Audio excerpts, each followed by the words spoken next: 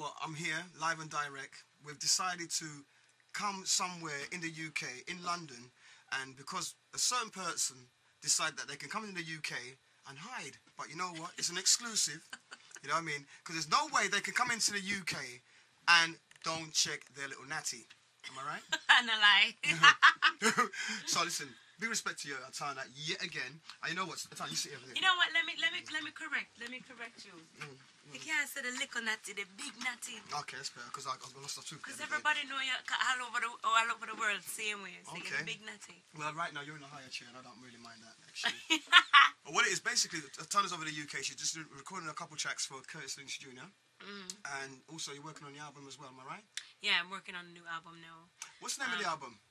We're going to call it Evolution of Change. And Why? though it sounds the same, because evolution and change is the same thing. I like when you look at me when you tell me that. Yeah, but then evolution is the process of change. That's why we're calling it evolution and change, or evolution of change, which means the process. The process that it took me to do the album, the process that it took me over the years to get to where I am now.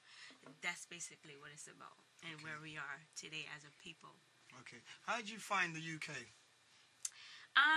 Not much different. The only difference is the weather is a little bit nicer. There's not no rain, it's not so cold. But the people nice Well, that's and actually warm that's what I'm and talking about. loving. We're talking about. Forget about the weather. Just talk The about people are nice and warm and loving same way. You know, to me it's the same love. Are you a bit surprised at the way that the UK audience took to like Etana? You know something? From the first time I came here and did my first performance, I was shocked out of my wits.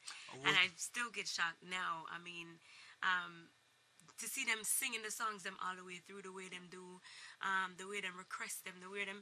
Me all up on stage and people are call out some songs where I never would have expect them to. You know, it's just...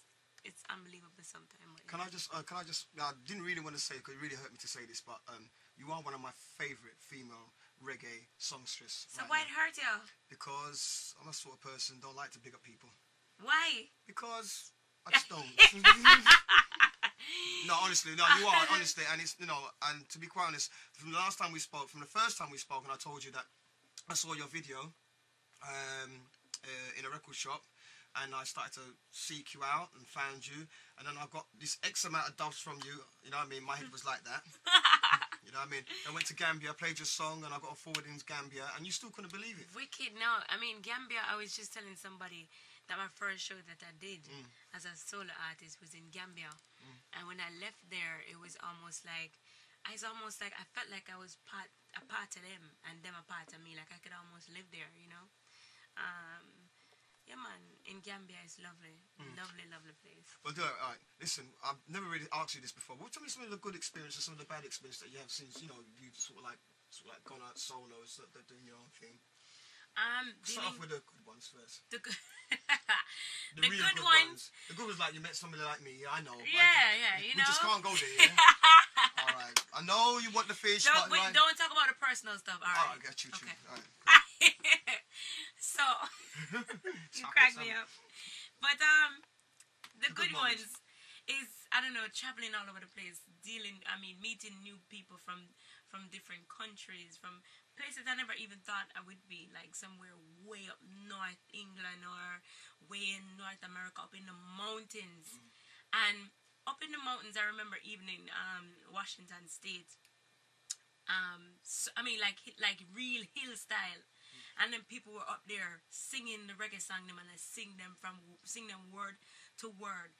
Went to Canada, thousands of people, and I couldn't believe it. The reaction is like unbelievable, just to see the joy where we can exchange, even though we don't speak the same language in some of these countries. The love for the music is unbelievable. Yeah, you're just surprised at the love for reggae music. Man, it's just wicked. Yeah. Some of the bad ones is just the changes in the industry now in Jamaica, that they're, you know, kind of shifting from the foundation, the real roots reggae, rock, you know what I mean, into mixing it with fusing it with a lot of R&B and a lot of hip hop, which is not bad because music is broad still, but then the root of reggae is always important. The influence that it has on the youths as well, especially some of the DJ song them is not really good, you know. and dealing with some of the people in the industry who fight and block for no reason. That's right. Yeah. Those are some of the things that I don't spend much time focusing on them. Okay. But it's just that once in a while you have a buck up in them and you have to deal with some of them. You know, it's not that easy, but you don't know. Who said it's supposed to be easy? You just recently changed management as well, am I right? Yeah. Okay. So Mighty Crown, I'm sorry, Mighty Crown, Irish and Chin, same thing. Same thing. He manages Mighty Crown as well. The team has been good. We've been growing. We've been doing a lot of things, traveling all over the Caribbean.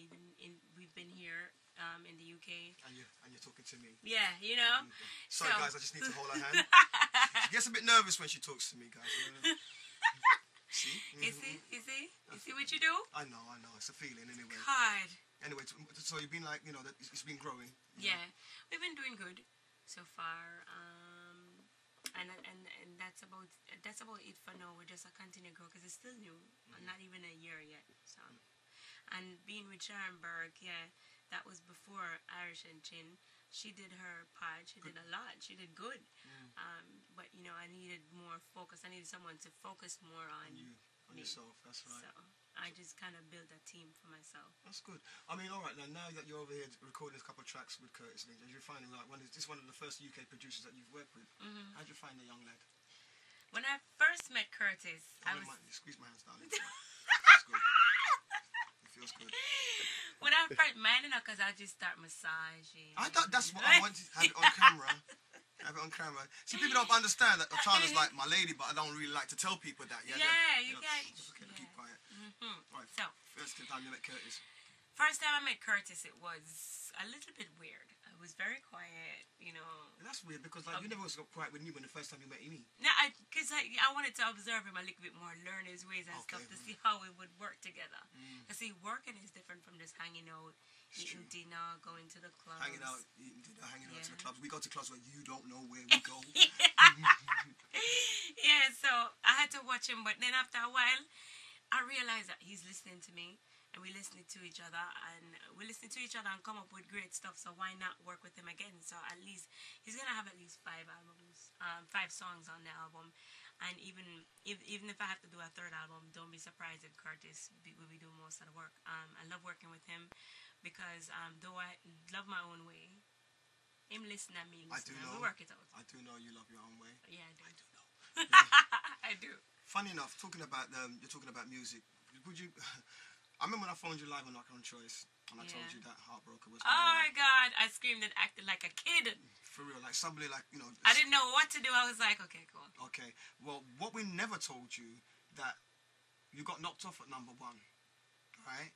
When? You got knocked off at number 1 4 weeks ago, and what's knocked you off was another song by Etana, whoever she is. A song called August Time.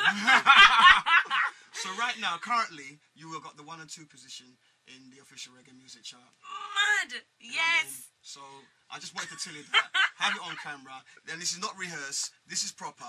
Etana is acting like she's squeezing my hand so tight. It's unbelievable, right? She is really, really glad. You know what I mean? But Etana, honest, I was waiting to just keep on doing the same old. Be yourself as usual. Yeah. And you know what I mean? Don't worry. One day you will get the fish. The fish will come. Just